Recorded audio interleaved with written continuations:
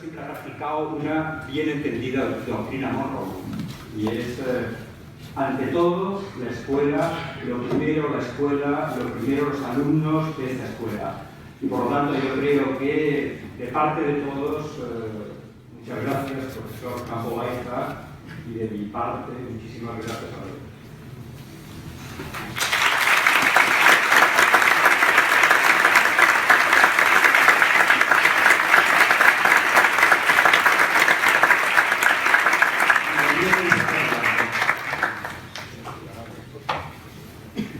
No sé cómo decir hasta qué punto estoy doblemente emocionado. Por un lado es mi primer acto en este salón de actos como director de la escuela y por otra parte un homenaje a probablemente uno de los mejores arquitectos que hay vivos en la actualidad y que tenemos la suerte, la fortuna de contar con él. Si hay algo que engancha de la arquitectura es esa experiencia de entrar en un espacio y de ver cómo el tiempo se detiene, de contemplar cómo la arquitectura no solo maneja el espacio, sino maneja el tiempo. Y Alberto Campo Baeza siempre ha sabido hacerlo en sus obras. Creo que podemos decir que no hay ni una sola obra mala suya. Ha tenido ese principio de arquitecto de una gran intensidad en todo su trabajo, pero al mismo tiempo de escoger y de decidir que solamente iba a hacer aquello que podía controlar. Y además nos lo ha enseñado a todos a lo largo de todos los años de su magisterio. Sé que esto es simplemente un momento más en su obra que va a continuar. Acabamos de ver este sábado el rector y la delegación de la Universidad Politécnica de México, la Don Sauer, una de las últimas casas que ha construido en Monterrey. Nos levantamos a las 6 de la mañana para poder ir a verla antes del aeropuerto. Y quiero decir que, como director de la Escuela de Arquitectura, yo estaba presumiendo de buena arquitectura y de la buena arquitectura que sale de esta casa delante de todo el resto de la universidad. Creo que los hemos impresionado bastante. Rector, muchas gracias por estar en este acto. Vicerrector de UV, muchas gracias por estar en este acto. Y a mí me emociona, sobre todo, compartir este acto con Luis Maldonado, que si hay alguien que se haya dejado la vida en esta escuela, es nuestro anterior director y queridísimo amigo. Y la escuela que...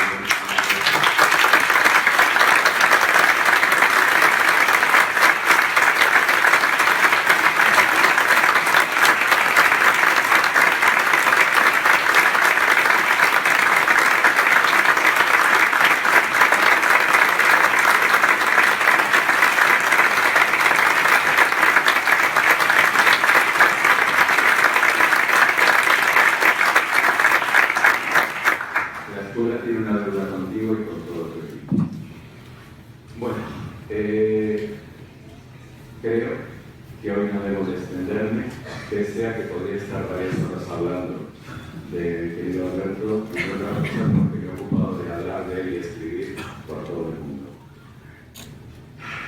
Profesor Campo Baeza, sus textos críticos, es un homenaje que le hace esta escuela, que le hace su propio departamento, maravillosamente organizado por la nueva dirección del departamento, con quien va a ser un placer compartir estos próximos 4 años, con ellos y con toda la escuela.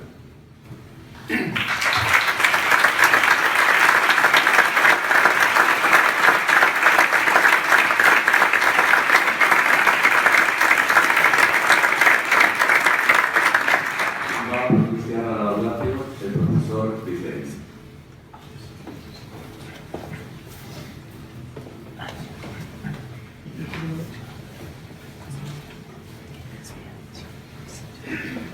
Hay un viejo y muy conocido adagio académico que dice que el mejor método es el buen maestro.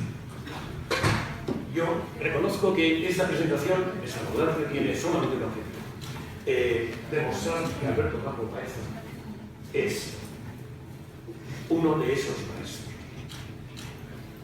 Él y muchos de los aquí presentes somos, de los que me cuento por supuesto, somos afortunados herederos de una escuela de arquitectura que tuvo una etapa singular, que tuvo maestros, auténticos maestros, los Sáenz de Oíza, Carvajal, de la Sota, Carlaso, no voy a decir todo, ¿no? Explican hoy claramente la realidad de esta escuela de Madrid. Creo de verdad que Alberto Campo Baeza ha sabido tomar el testigo y hoy es uno más de esa lista de maestros. Y de verdad creo que no exagero, intentaré demostrar esta afirmación. Si todos estos maestros, nuestros maestros, supieron formar gente alrededor de ellos, que pudieron luego tomar el testigo, mirad lo que ha hecho Alberto Campo. De entre sus ayudantes, 4 son o somos ahora catedráticos de proyectos. Miguel Ángel Alonso del Val, Juan Carlos Sancho, Jesús Aparicio y yo mismo. Otro, Alberto Morel, es profesor titular también de proyectos. Entre los 25 doctores salidos de esta escuela, cuyas tesis doctorales ha dirigido él personalmente, se encuentran en este momento profesores en el MIT, en Cornell, en Mendrisio, en el ETH de Zúrich, en Berlín, Antón García Abril, en MIT, Ignacio Borrego, Santi Nieto, Enrique Sorejano, Iñaki Carnicero, José María Sánchez.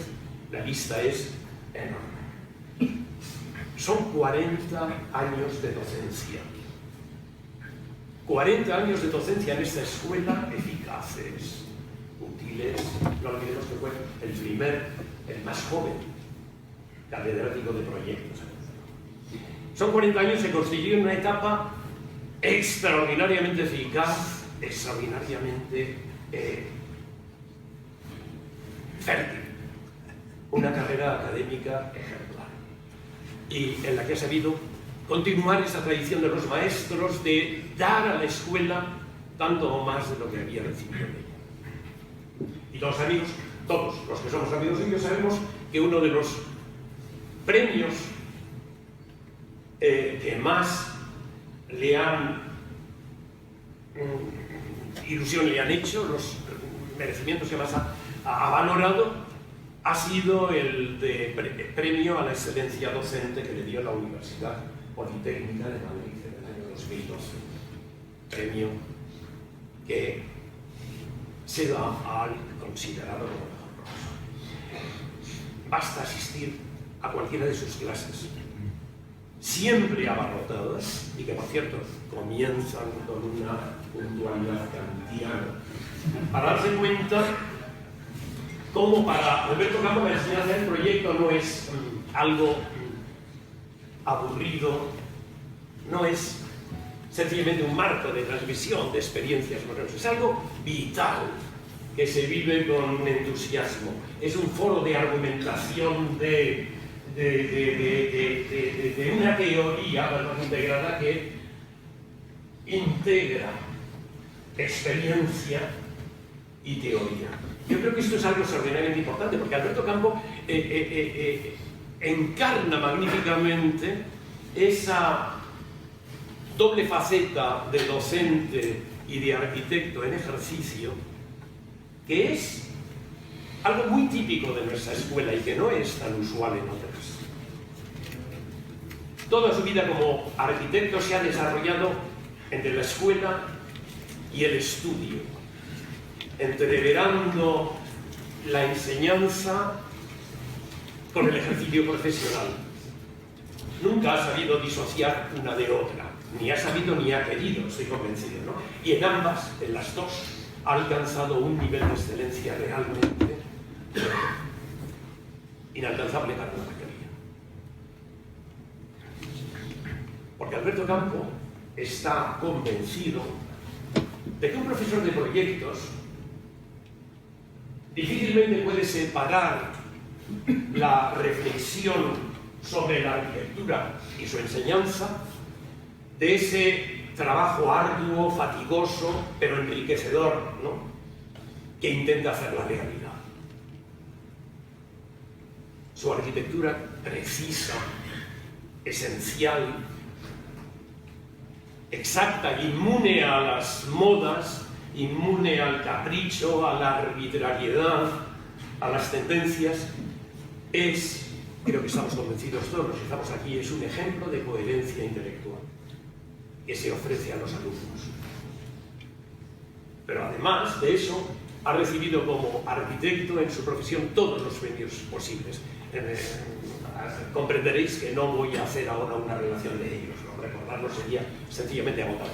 Pero no puedo dejar de mencionar algunos verdaderamente importantes. El León de Oro de Venecia, por ejemplo, ¿no?, el que recibió el pabellón de España que hizo en el año 2000. El premio Eduardo Torroja de Ingeniería y Arquitectura. La medalla de oro Tessenov. El Arnold Brunner Memorial Prize se concede la Academia de Artes y Letras de los Estados Unidos, o su reconocimiento como fellowship por parte del RIBA, el Royal Institute of British Architects. Bien, Alberto ha demostrado claramente que ese fructífero entrelazarse de ejercicio profesional y docencia es una ventaja, desde luego no pequeña, para quien intenta ayudar a otros a recorrer un camino que él ya sabe por experiencia, que ha sido ya descubierto, transitado y ha sido experimentado. Pero que quede claro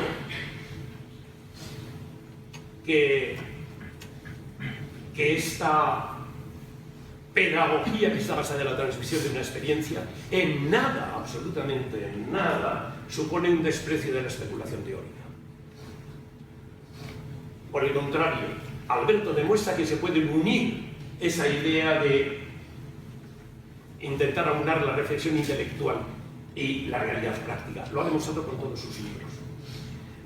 Su libro Medida con su vida ha sido traducido al inglés, al francés, al italiano, al portugués, al japonés y al chino. Principia arquitectónica al inglés y al portugués. Quiero ser arquitecto al inglés y al chino.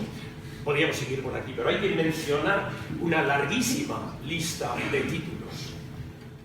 Pensar con las manos, la estructura de la estructura, aprender a pensar, la suspensión del tiempo, buscar denodadamente la belleza, etcétera, etcétera, etcétera. Bien. Alguien dijo alguna vez que solo los poetas son capaces de encontrar la palabra justa. Alberto Campo, que lee muchísima poesía, trufa siempre sus escritos con citas de poetas. Cimborska, San Juan de la Cruz, Lorca, Shakespeare, Eliot, cantidad de cosas. Y quizá por eso sepa acertar siempre en la diana de la expresión exacta, el título adecuado que resume la frase concisa, ¿no?, que sugiere todo tipo de ideas insospechadas. Bien, tengo que terminar y compruebo con tristeza que, aunque todo lo que he dicho es objetivo, es real, es comprobable, es público, incluso puede ser hasta relevante, ni siquiera sugiere ni esboza la riquísima personalidad cercana, generosa, entregada, extraordinariamente excepcional de Alberto Campo Baeza. Pero en fin, hablar de ello supondría adentrarnos en los campos minados del sentimentalismo y, como saben todos ustedes, las aproximaciones personales están vetadas en los ámbitos académicos.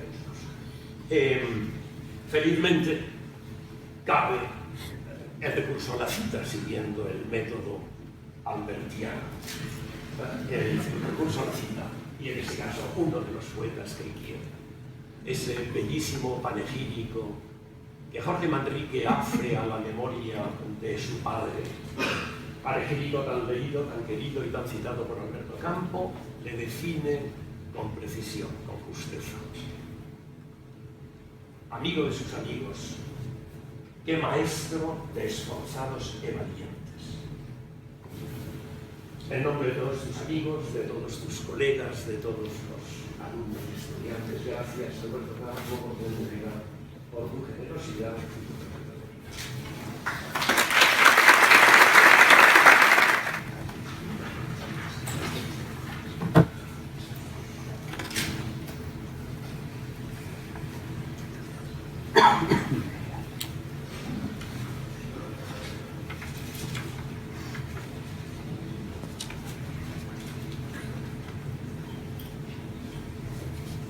uno tendría que repetir la palabra gracias tantas veces que no habría sitio.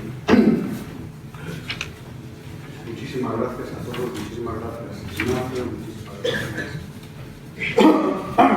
al director del departamento, al director de la escuela, muchísimas gracias al rector por su presencia, que agradezco infinito, y al director, y a Luis Maldonado, y a tantas otras personas y a todos vosotros por estar aquí. Intentaré ser breve, por lo menos el texto de la breve. Como si del último encuentro de Sándor Márai se tratara, se me propone una lección, la última, en esta mi escuela de arquitectura de Madrid, como colofón de mi tiempo regular de docencia de más de 40 años. A uno le viene la tentación de empezar a comentar cada cosa, pues si no lo terminaríamos, con lo cual me ceñiré dentro de lo que cabe a la tesis. Subrayo de mi escuela porque lo primero que querría agradecer, tanto y a tantos tengo que agradecer, es el que se me concediera de la Junta de Escuela, todavía con un nombramiento, el nombramiento de mérito por unanimidad, nombramiento que tendrá efecto en fechas próximas tras esta jubilosa jubilación. Espero que Dios me conceda las fuerzas suficientes para seguir con entusiasmo las labores que como mérito se me encomienden y con las que pienso seguir sirviendo a esa ciudad. Y así como cuando entré en la Real Academia de Bellas Artes de San Fernando hace ya casi 3 años, mi discurso se basó en la belleza, en el buscar denodadamente la belleza. He querido que este Parlamento de hoy trate acerca del disfrute intelectual. Un disfrute que se produce precisamente cuando se alcanza la belleza en alguna de sus muchas manifestaciones y de manera especial en la arquitectura, la labor más hermosa del mundo.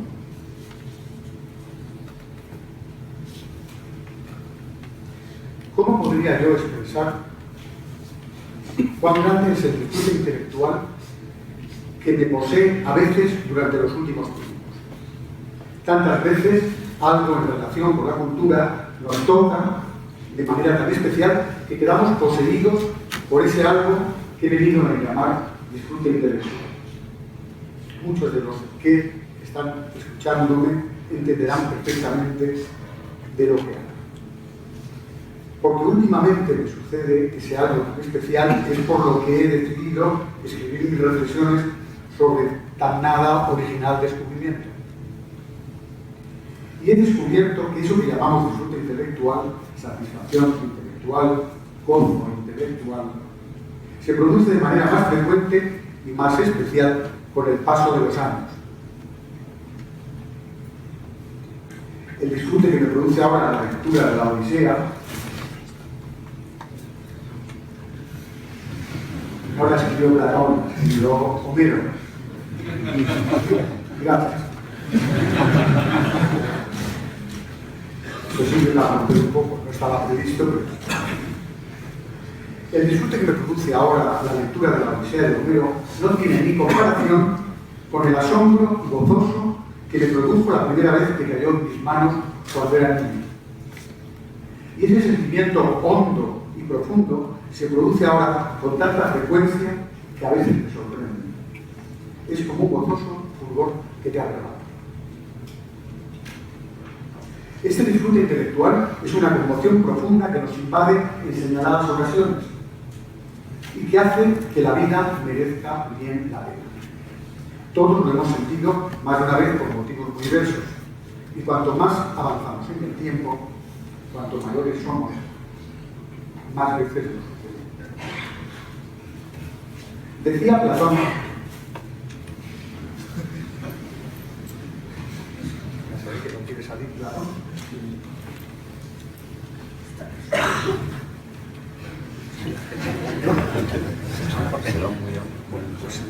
ya aparecerá Platón. Decía Platón a un joven principiante en filosofía: es hermoso y divino el ímpetu ardiente que te lanza a las razones de las cosas, pero ejercítate y adiéstrate mientras eres joven en estos esfuerzos filosóficos en apariencia para nada sirve y que el mundo llama a la teoría inútil. De lo contrario, la verdad se te escapará entre las manos. Pues en estas coordenadas de renovada plenitud es donde yo querría estar a la hora de hablar del disfrute intelectual. Y Cicerón, entre senectute, y lo recomendabilísimo, para poner un ejemplo de la esperanzada alegría que debemos tener cuando avanzamos en el tiempo, nos habla de cómo Catón empezó a estudiar la lengua griega a edad avanzada. Memoria. Sé bien que todo esto es en gran parte debido a la memoria. Al pasar los años, nuestra memoria se va llenando de tal modo que muchas veces, a su través, se produce un reconocimiento, una relación entre las cosas y los hechos, que es fuente segura de ese placer intelectual. Claro que esa memoria, como si de un pozo se tratara, requiere el seguir siempre llenándola con el agua del conocimiento, que requiere un tiempo y un esfuerzo y un estudio profundos. El estudio que en la juventud era una obligación y que con el paso de los años se convierte en un placer. San Agustín nos habla del espacio de la memoria como aula ingenti memoriae.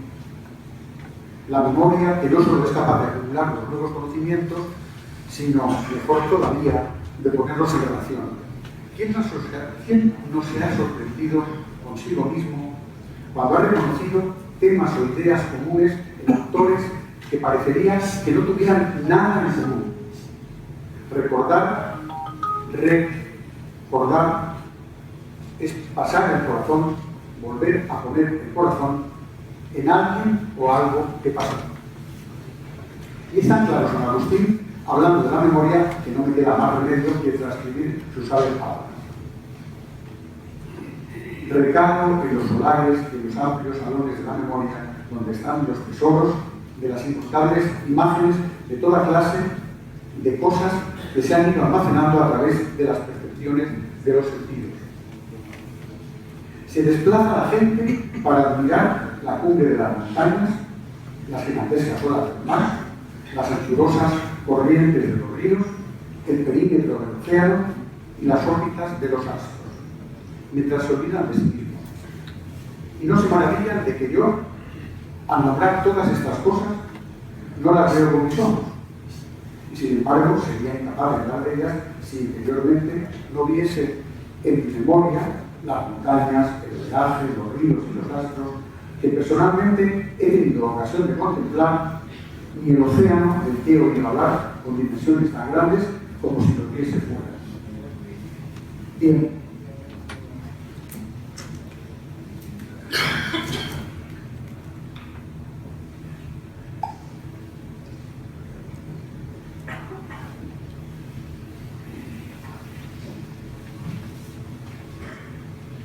Y antes de pasar a la arquitectura, querría hacer algunas consideraciones sobre el tiempo que me ha llevado a este buscado disfrute intelectual. Aún recuerdo el susto gozoso aquel día en que, leyendo despacio el Van Norton, primero de los Four Quadrant's de T.S. Eliot, vinieron a mi cabeza y a mi corazón las coplas de Jorge Manrique.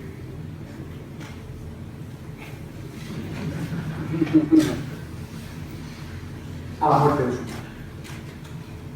Cuando los tuve delante, los poemas de Eliot y de Manrique juntos, hasta el orden en que se hablaba allí sobre el tiempo, pasado, presente y futuro, era el mismo, y la pulsión también.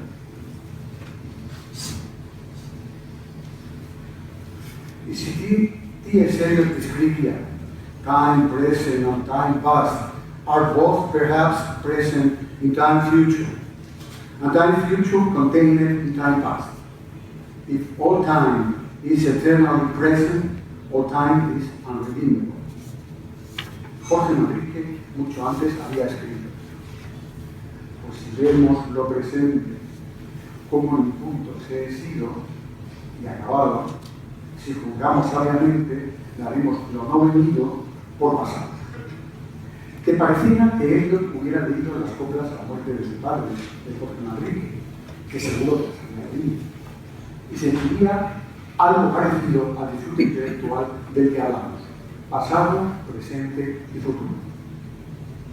Yo me atrevería a aventurar aquí que el disfrute intelectual que se da precisamente cuando se produce la gozosa situación de que el tiempo pasado, presente y futuro convergen en un instante indecible.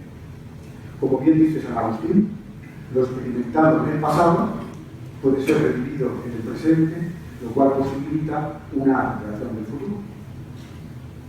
Y yo caigo en la cuenta, a buenas horas, que la doxología menor que repetimos con frecuencia los cristianos, del gloria al Padre, y al Hijo y al Espíritu Santo, se cierra con un como era en el principio, ahora y siempre, por los siglos de los siglos, que es la misma manera de entender el tiempo, pasado, presente y futuro de los poetas. Debo reconocer que desde aquello no hago más que buscar y encontrar poemas y poetas que trabajan con la misma estructura sobre el tiempo. Hasta Shakespeare ha acudido a este encuentro con algunos de sus sonetos, como el 129, having an inquest to have a stream. Si pueden, oigan este soneto, el 129 de Shakespeare, en la voz de Cecil Berry.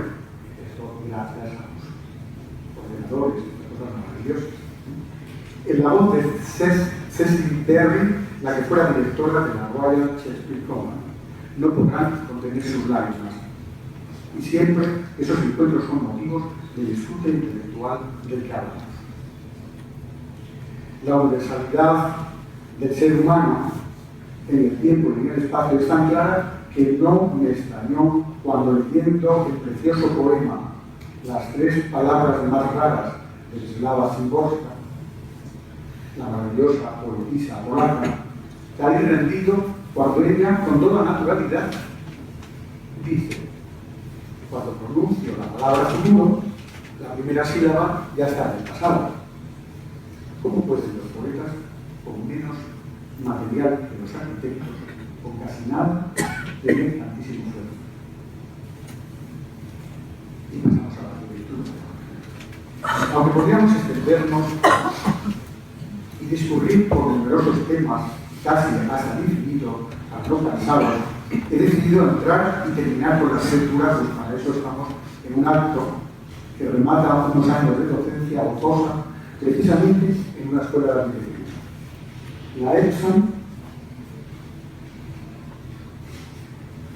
la mejor escuela de arquitectura del mundo, según Kenneth Frampton, que ya es doctor honoris causa de nuestra universidad.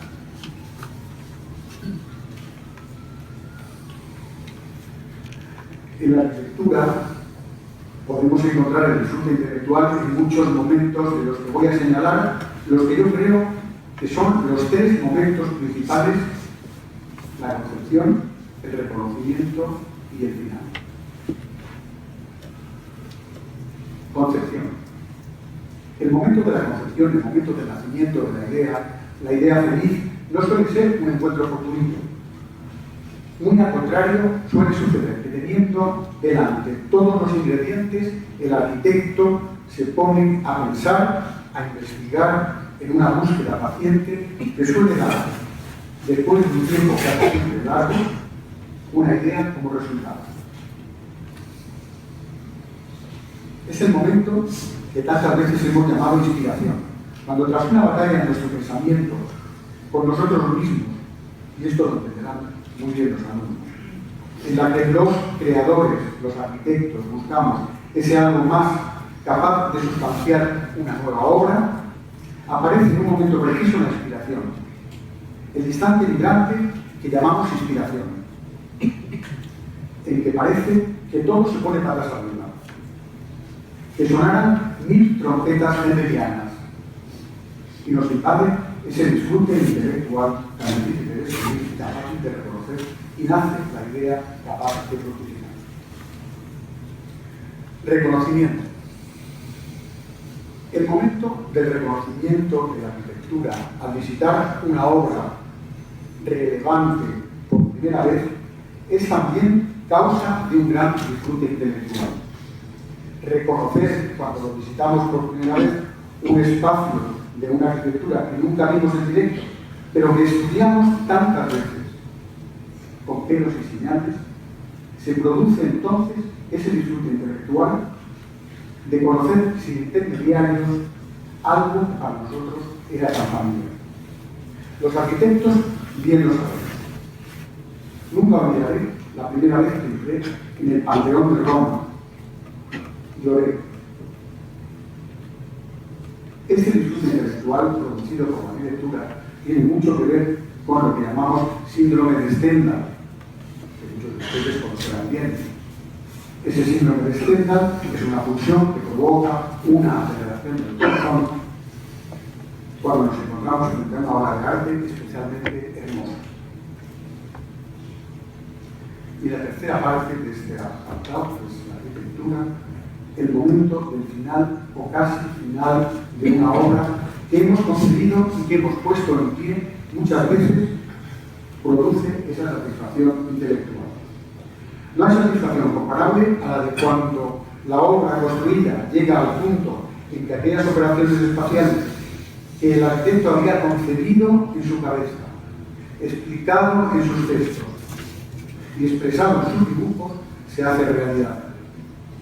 Debo confesar que nunca olvidaré la emoción que sentí al ver por vez primera la luz del sol atravesar los lucernarios abiertos en el espacio central del Banco de Canadá. Lloré sin recatarme como un niño, como Ulises al oír el canto del Aedo. No solo que había entrado al real material, la luz sólida, era algo mucho más fuerte. Aquella luz, el lento movimiento, ponía en tensión aquel espacio y lo hacía sonar divinamente como lo hace la música cuando el aire atraviesa el instrumento musical.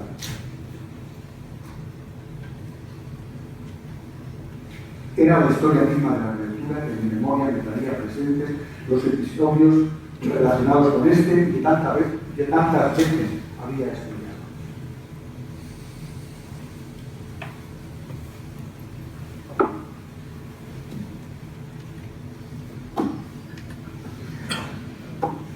Cuando mi madre hacía un flan,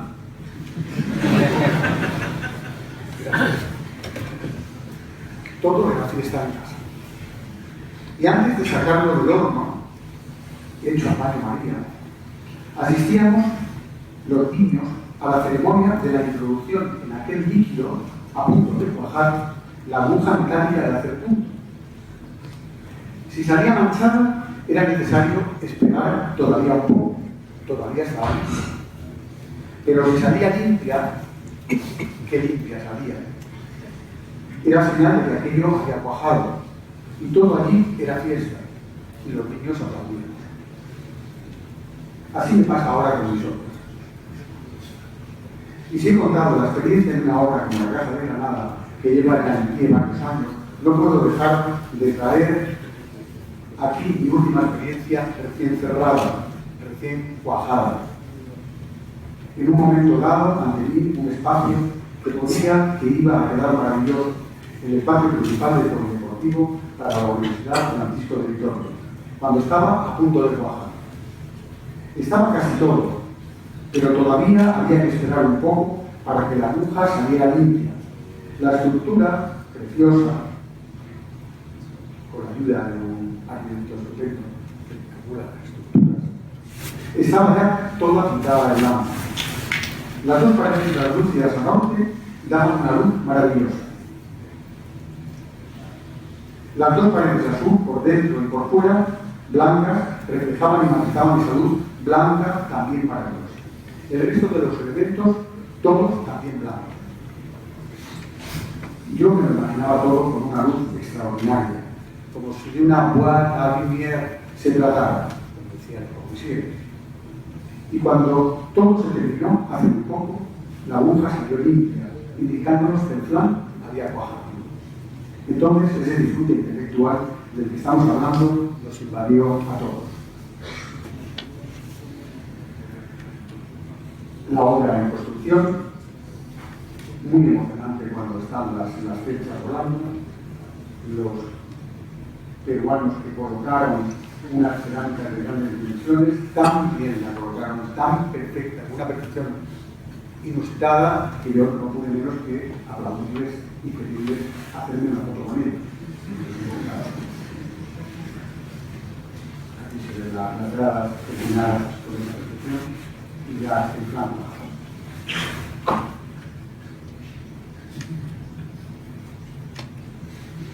Debe ser la alta resolución que tarda mucho en pasar. Son imágenes de esta. Porque bien lo sabemos los arquitectos, cuando una obra se alza y recibe la luz, como un instrumento musical recibe el aire y suena, se produce un disfrute intelectual muy difícil de describir. Terminamos. Vistas la memoria, el tiempo y la arquitectura, podríamos seguir hasta el infinito con cada una tantas manifestaciones de la creación artística capaces de producir ese bien hallado disfrute intelectual. Y me gustaría terminar, a lo que ustedes se preguntarán, ¿qué pinta gente aquí? Me gustaría terminar de la mano de la música. Se cuenta que Händel, que muchas mañanas, cuando su criado le llevaba el chocolate humeante, se encontraba al maestro en lágrimas, con las lágrimas caídas sobre el papel, emborrando las notas musicales recién escritas. Y como el criado se quedaba parado y el chocolate se quedaba frío, en un momento de pleno disfrute intelectual, no me cabe la menor duda de que era así. Que el maestro se encontraba en pleno trance, en un momento de pleno disfrute intelectual. Quizás por eso, cuando escuchamos el Rejoice Requiem del Mesías de Händel, no podemos más que sentir ese disfrute, ese Rejoice intelectual. Un disfrute que se produce precisamente cuando se alcanza la belleza en alguna de sus muchas manifestaciones y de manera especial en la arquitectura, la labor más hermosa del mundo. Muchas gracias.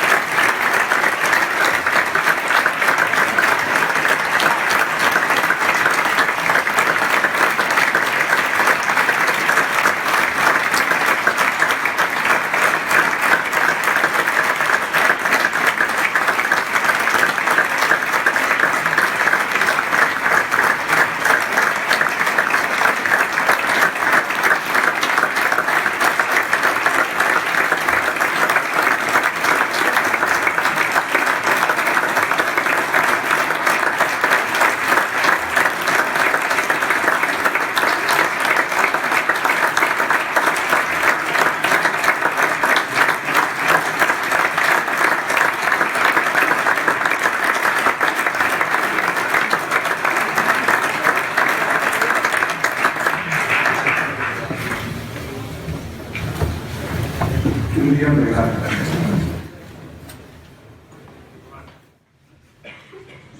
Querido director y director de la escuela, querido profesorado, personal y estudiantes, alumnos de esta maravillosa escuela. En primer lugar, quisiera comenzar pidiendo disculpas. He dicho que el profesor Campo Baeza comienza sus clases, quiero decir comienza sus clases con puntualidad kantiana. Yo desde luego no soy el reloj de Kensler. Y pido disculpas anticipadas en estas palabras por haber llegado unos minutos tarde. Efectivamente, como ha dicho el director del departamento, la agenda estaba un poco llena, pero desde luego siempre ha sido un placer estar aquí desde la primera vez que me propuso el director de la escuela estar en un homenaje a tu persona en este salón de actos. Desde ese momento quise estar y por supuesto defender la agenda contra todo viento y marea, porque lo que quería estar aquí era aquí. Muchísimas gracias, querido Alberto, por toda tu contribución, toda tu vida dedicada a la cultura. Es, como dice el profesor Frampton, la mejor escuela de arquitectura del mundo. Lo es. Y lo es gracias a la contribución de personas como tú. Porque la escuela la hacen las personas.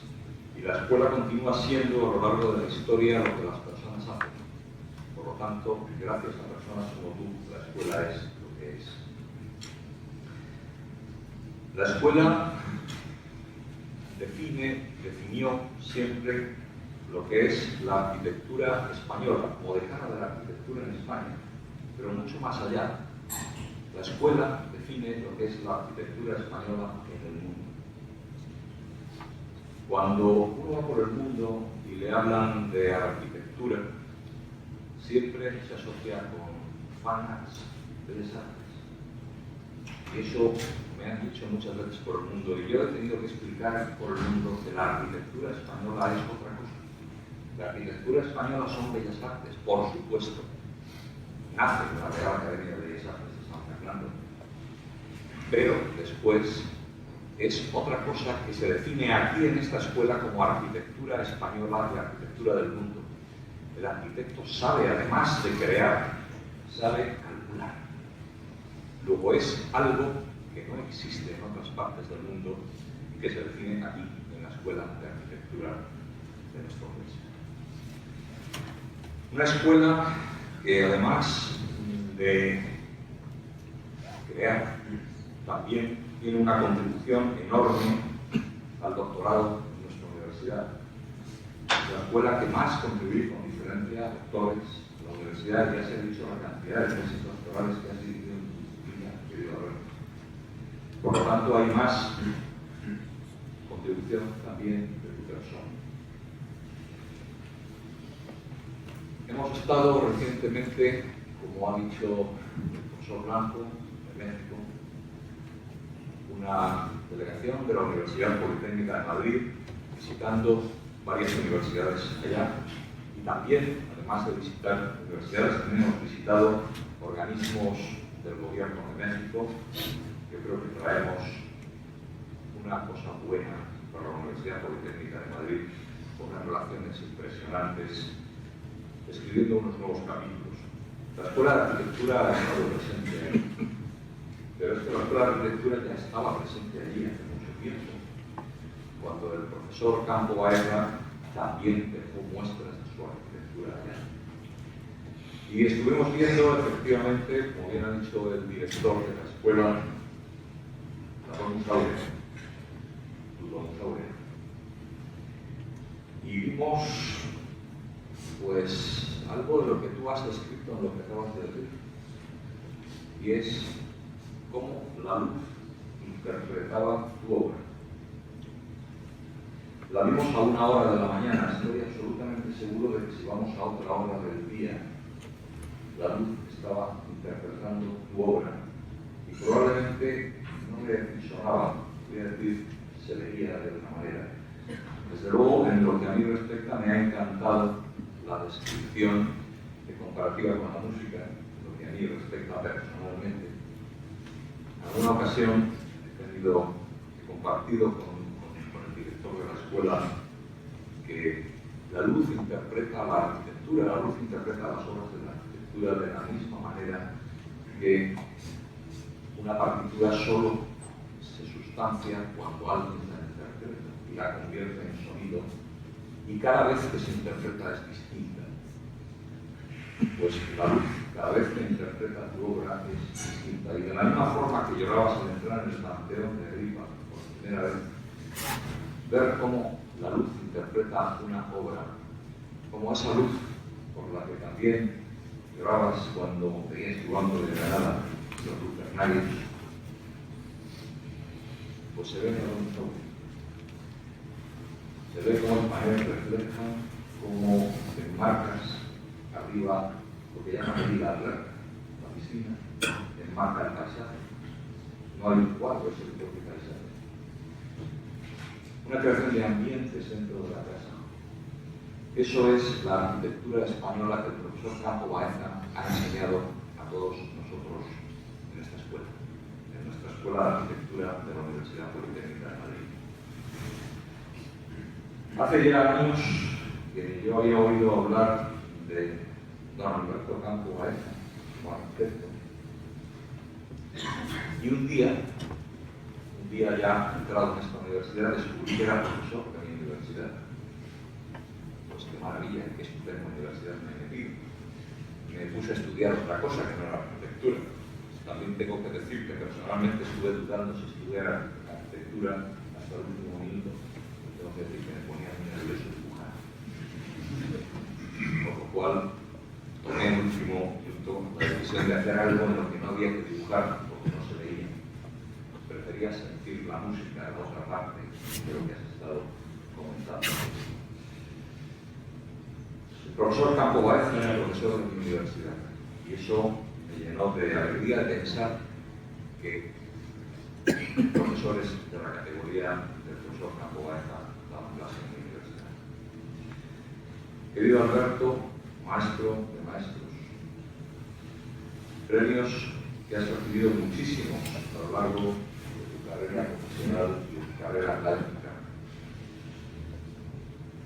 que hemos tenido la ocasión de compartir ese día de la investidura del profesor Kenneth Frampton como doctor honoris causa, donde fuiste el padrino e hiciste un honorario correspondiente al profesor Kenneth Frampton.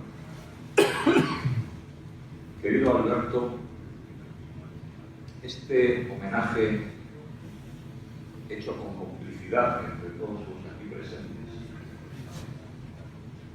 hecho por sus compañeros profesores, por el personal de administración y servicios, y me voy a permitir, sobre todo, por los alumnos, porque es lo más bonito el hecho de que cuando un profesor le hacen un homenaje, sean los alumnos una parte importantísima de ese homenaje, que significa no solo lo que viene detrás, sino el aprecio que los alumnos sienten por aquello que cuentas en clase.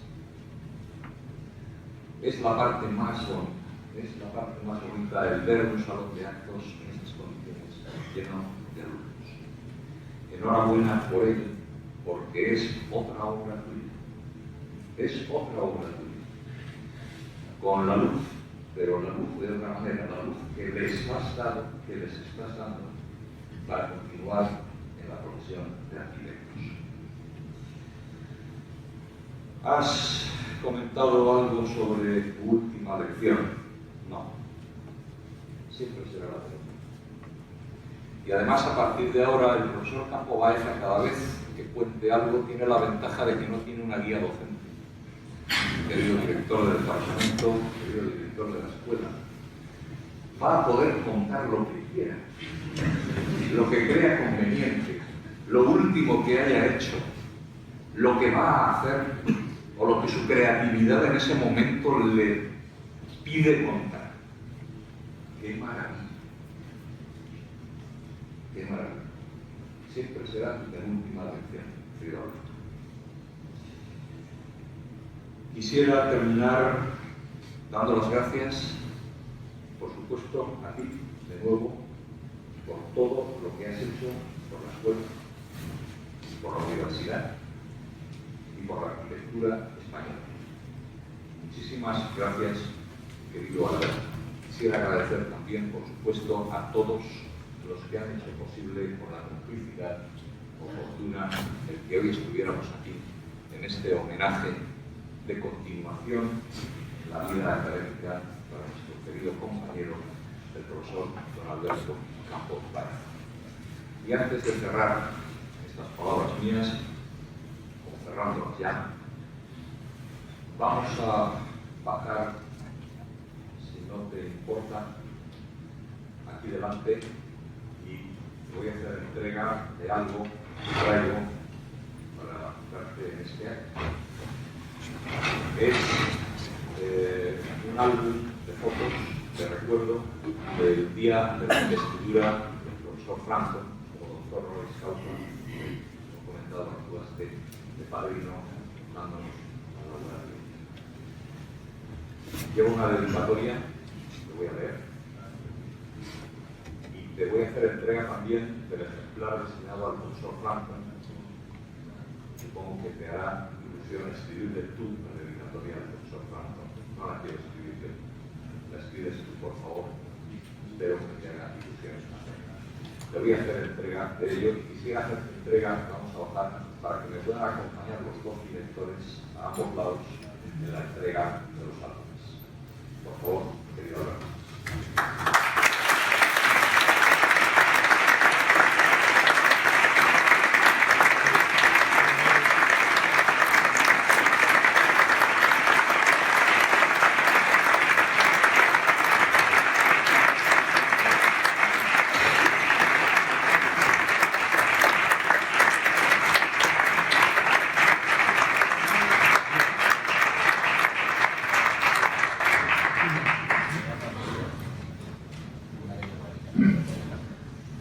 A mi querido amigo, al profesor Alberto Campos Baeza, en recuerdo del día de investidura como doctor honoris causa por nuestra universidad del profesor Kenneth Frampton, como muestra de cariño y afecto a tu persona y a lo que representas como profesor de nuestra maravillosa ETSAM en el contexto de nuestra UPN, con pleno agradecimiento por todo lo que haces a diario por el prestigio de nuestra UPN y de la arquitectura española en el mundo. Recibe un fuerte abrazo.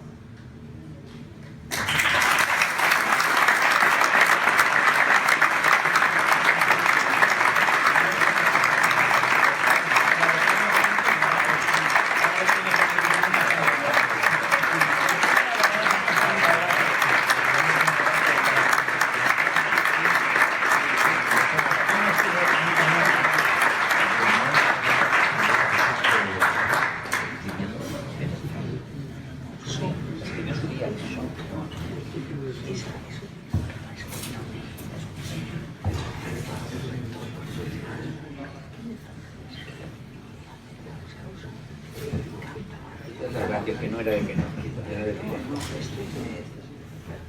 este ha dicho antes que sí, la de abuelo no pegaba así, antes ha dicho algo.